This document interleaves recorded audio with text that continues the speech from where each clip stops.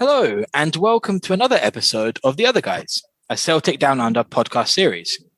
This series is all about talking to Celtic fans from all of the other places in the world. I'm your host, John, and today I'm joined by Medard Alade, who is from Benin, West Africa. How are you doing, Medard? Hello, I'm doing pretty good. I'm very well, pretty good. Thanks. Brilliant. I'm glad to hear it. We had a little bit of technical issues last week, so I'm really glad that we finally managed to get you on. So we'll just crack into the questions.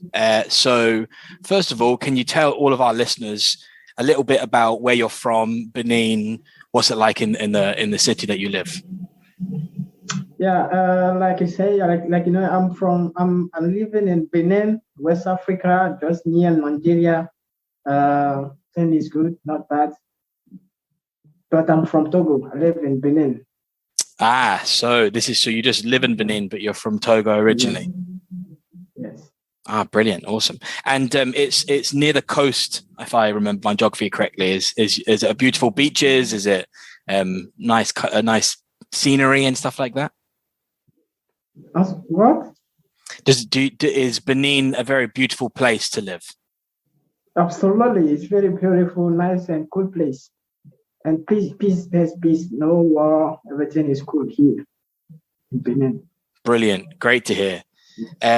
So what's the football culture like in Benin? Does everybody support a soccer team or a football team?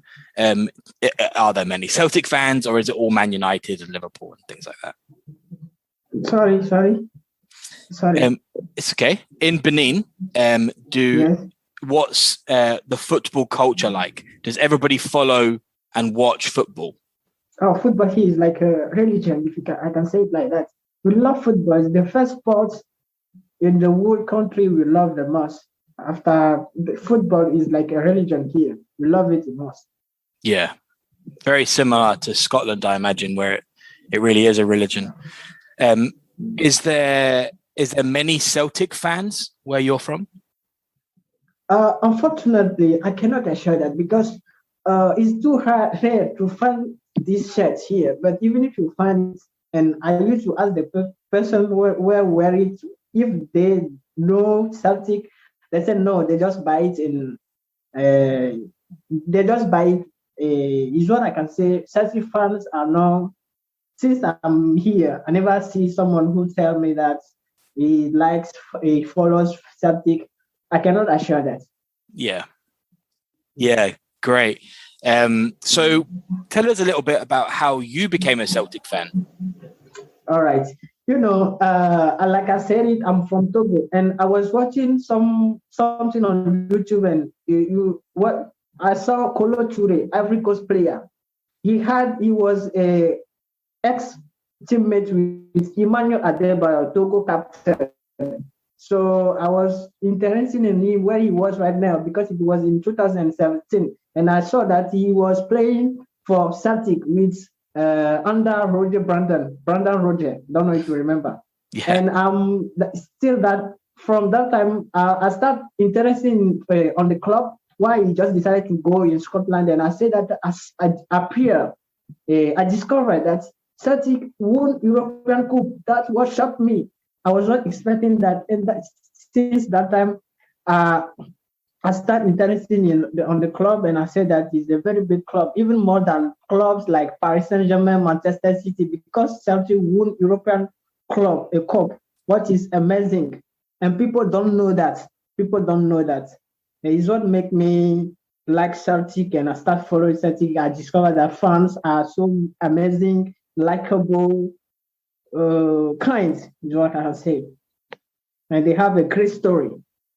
Yes, very true. Yeah, once you're part of the Celtic family, that's you're in, yeah. and we help our own and stuff. That's great to hear that Kolo Toure was the player that brought you into supporting Celtic. Yeah, I think a lot of Celtic fans would have loved if his brother came up as well before he went off to Turkey or wherever it was that he went. But yeah, that's great to hear. Do you follow any other teams apart from Celtic? Absolutely. Apart from Celtic, is Barcelona. It's my only team before I discovered Celtic. Now Celtic and Barcelona are my two teams I follow. But apart from Celtic, I follow Barcelona. Brilliant, and they're very similar teams. They're very similar, at least. Their fan groups are, traditionally left wing, and we obviously support Catalonian independence, or at least most of us do. So yeah, that's brilliant to hear. Barcelona is a fantastic team. Do you manage to watch many Celtic games whilst you're in Benin or Togo? Unfortunately, here we do not have a channel or where you can subscribe to watch Celtic match. But I have some friends, I forget the names, who used to send me a link for some match that I follow those matches directly. Some match I follow them, but we do not have channel here where you can subscribe to watch Celtic match in streaming. So do you get a lot of your Celtic news and the results and the scores via the internet, as in forums and all the time. I have some application with some app where you can find results all the time. I follow it since 2017. I start following Celtic. Brilliant. So last season must have been a real disappointment for yourself and for everyone. Yeah, last season, I was expecting for 10-year-old, but thing didn't go. It didn't match like we wanted. You just have to accept it like that. Yeah. It wasn't really the Celtic that we were used to last season. Yes. What do you think of our new manager, the Australian manager that's just come in? Yeah, I think he can achieve great things. I trust in him. I know that he has the envy to make the team great again. So I trust him. I trust in him. Yeah. I trust him. I think a lot of Australians, I mean, I'll hold my hands up. I had never heard of Postecoglou before. He was rumoured, at least, to join Celtic. But a lot of my Australian friends were very quick to defend him. They were very quick to say how highly rated he is as a manager, how well he did at every team he's pretty much been at, and how great it is for Australian football to finally have an Australian manager in Europe, effectively. I agree with you. I fully support him now. I think it's grown on me massively, and I trust that he can, do great things, as you said. We'll just move on to the next question. This is a good one. So who is your favorite Celtic player of all time? Oh, as Barcelona fan and Celtic fan, my great ever Celtic player is Henry Larsson. No one. I like him, but I like him. I will say I love him. Henry Larsson. And not many people who watch football realize he went from Celtic to Barcelona. It was such a big. He was so good. He went straight to Barcelona. Yes. He even won Champions League with Barcelona in 2005. I remember.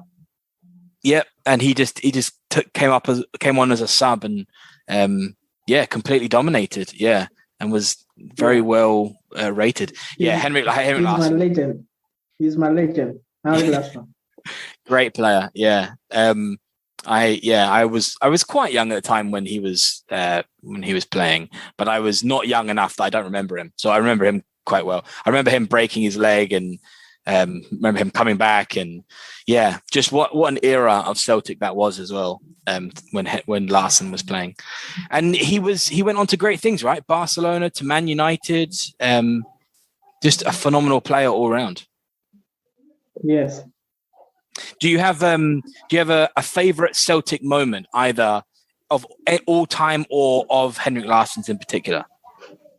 The first thing is 25 May 2067. Our Lisbon Lions. I used to watch that match every time on YouTube, even one time a month.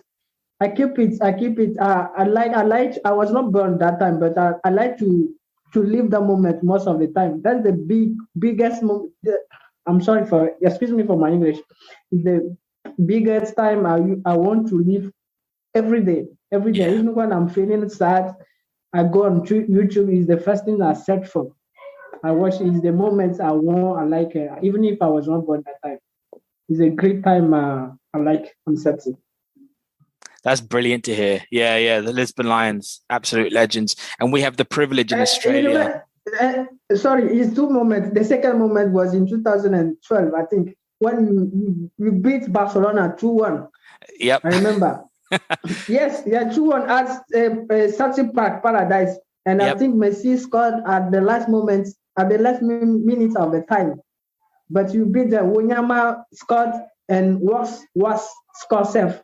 We were beating them 2-0 before Messi scored the only goal, Barcelona goal at the end of the match.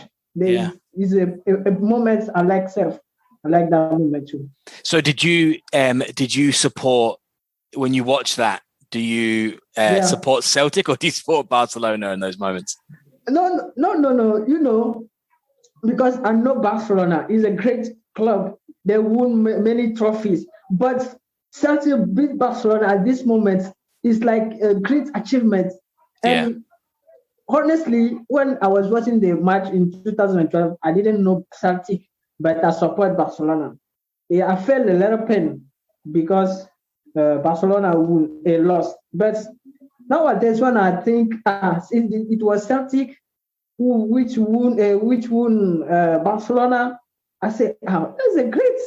And I try to live that moment. Is a great moment, even though I was supporting the two teams.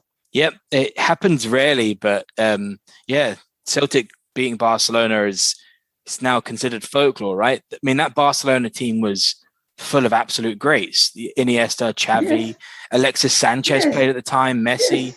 Yes, Messi. Everybody was there. And fantastic tactics from Lennon at the time and all the players. Yeah, just it's still talked about, between Celtic fans as one of the greatest games, like you're saying. It's just, fantastic. It's great to hear that you still watch the old games, at least going on YouTube and watching the Lisbon Lions and stuff. Yeah, brilliant to hear. Yeah.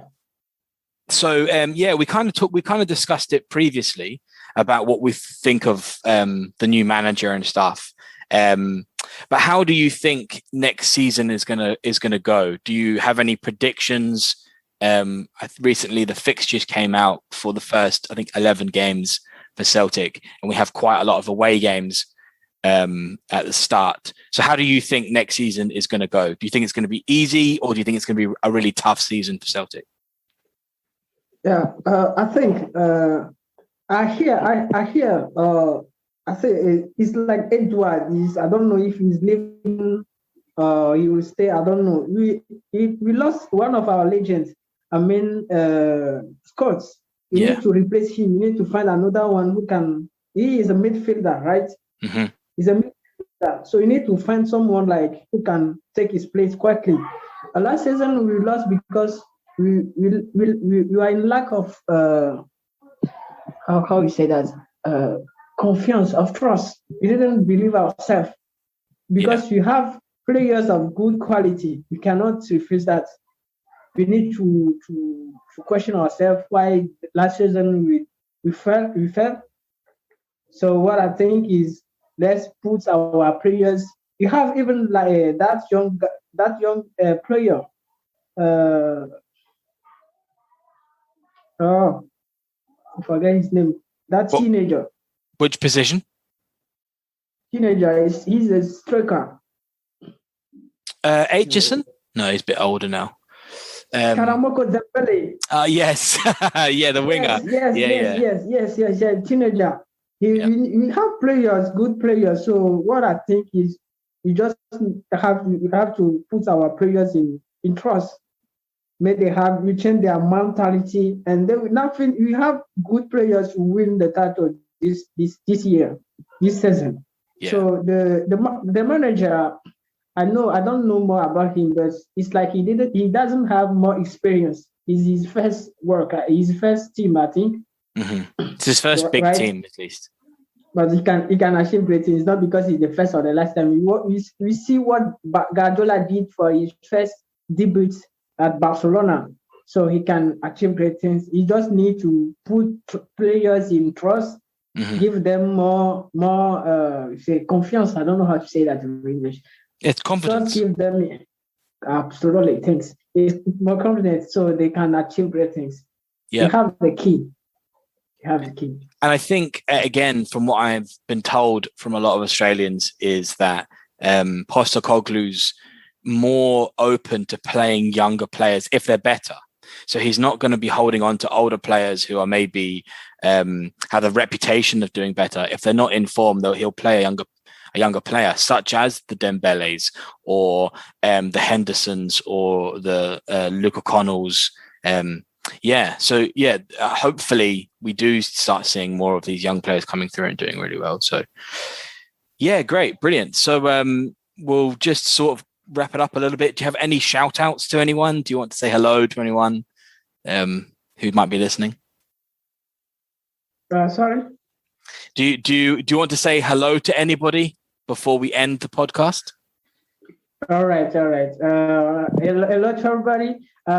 First thing I would say is, excuse me for my English. My language is French. I'm trying to speak English, so don't pay attention to my to my state. It's a great honor to be here now to answer some questions.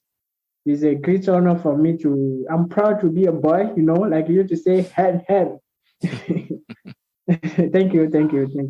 You're very welcome. Thank you for speaking with us. And I think your English was perfectly fine, so I wouldn't worry about that at all. Thank you for your support for all the listeners. Please subscribe to the Celtic Down Under podcast on Spotify or any of your streaming services. We have a couple of social media accounts. If you want to add us on Twitter, we have at Celtic Down, which is our main Twitter account, or myself at Johnny Boy CDU. If you want to be a participant in the show, thanks very much. Hail. Hail.